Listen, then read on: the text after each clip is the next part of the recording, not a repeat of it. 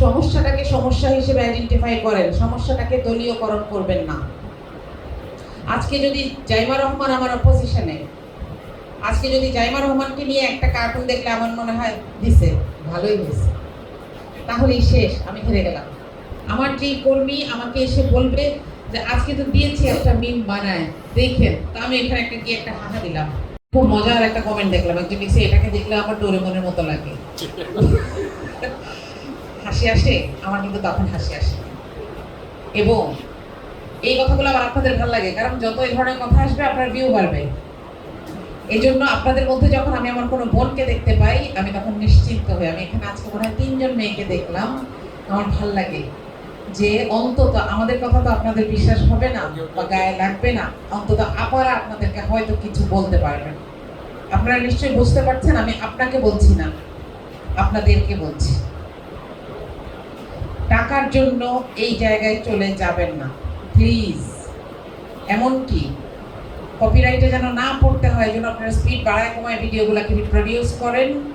আমার স্কার্ফের কালার বদলে দিচ্ছেন, আমার ভয়েস বদলে দিচ্ছেন। আমিটা কে? আমাকে আপনি কেন বিক্রি করবেন?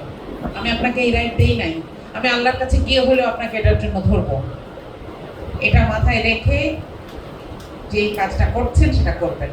দ্বিতীয় যেই কারণটা সামনে এসেছে সেটা হচ্ছে অ্যানিমোসিটি। মানুষের মধ্যে একটা পাশবিকতা থাকে। আমাদের কাজ হচ্ছে এটাকে রাখঢাক করে, এটাকে বুঝিয়ে শুনিয়ে মানুষ হয়ে ওঠা, তাই না? আমরা সেটা হয়ে উঠতে পারছি না। এই জায়গাটায় যাইতে হবে, উই মাস্ট। নইলে আপনার, আল্লাহ মাফ করুক, আপনার কন্যা, আপনার স্ত্রী, আপনার মাকে একদিন রাস্তায় অপমান করা হবে, মানুষেরা ভিউ ব্যবসার জন্য ভিডিও করবে, একটা কেউ আগাবে না। আপনারা প্রমাণ দেখেন নাই?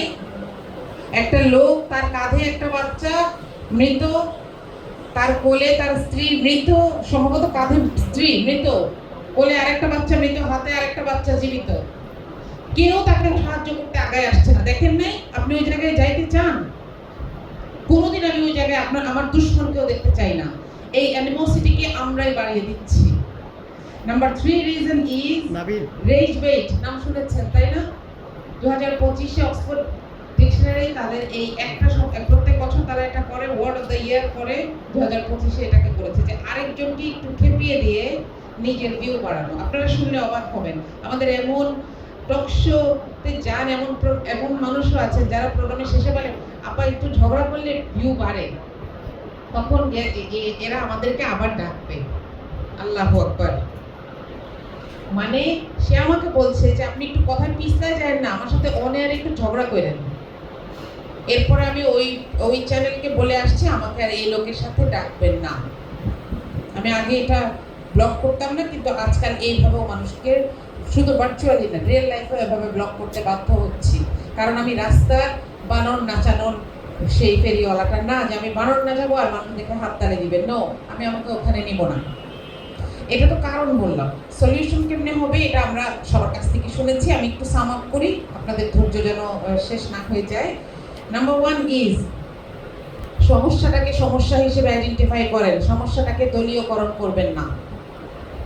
আজকে যদি জাইমা রহমান আমার অপোজিশনে, আজকে যদি জাইমা রহমানকে নিয়ে একটা কার্টুন দেখলে আমার মনে হয় দিছে ভালোই হয়েছে, তাহলেই শেষ, আমি হেরে গেলাম।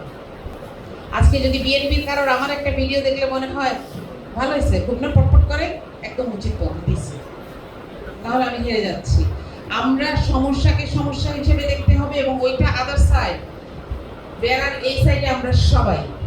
এই জায়গায় যতদিন না দাঁড়াতে পারবো ততদিন আমি সমাধান পাবো না। আমার যেই কর্মী আমাকে এসে বলবে যে আজকে তো দিয়েছি একটা মিম বানায় দেখেন, তো আমি এখানে একটা গিয়ে একটা হাহা দিলাম, সে মনে করবে যে তাইলে এটা জায়েজ, অপর পক্ষকে করা এটা ঠিক, তাই না? আমি যেন তার কানের উপর 2টা দিয়ে বলতে পারি যে বন্ধ করো, ওইটাও একটা মানুষের ইজ্জত। এবং পার্সোনালি দলীয়গতভাবে কেউ অন্তত আমাকে এই জায়গায় ব্লেম করতে পারবেন না ইনশাআল্লাহ।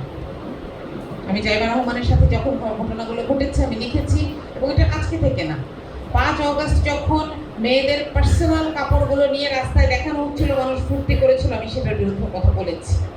আমি একটা রেজিমকে অপোজ করতে পারি, কিন্তু একটা মানুষের মানবিক সম্মান আমার কাছে সবসময় ইম্পর্টেন্ট।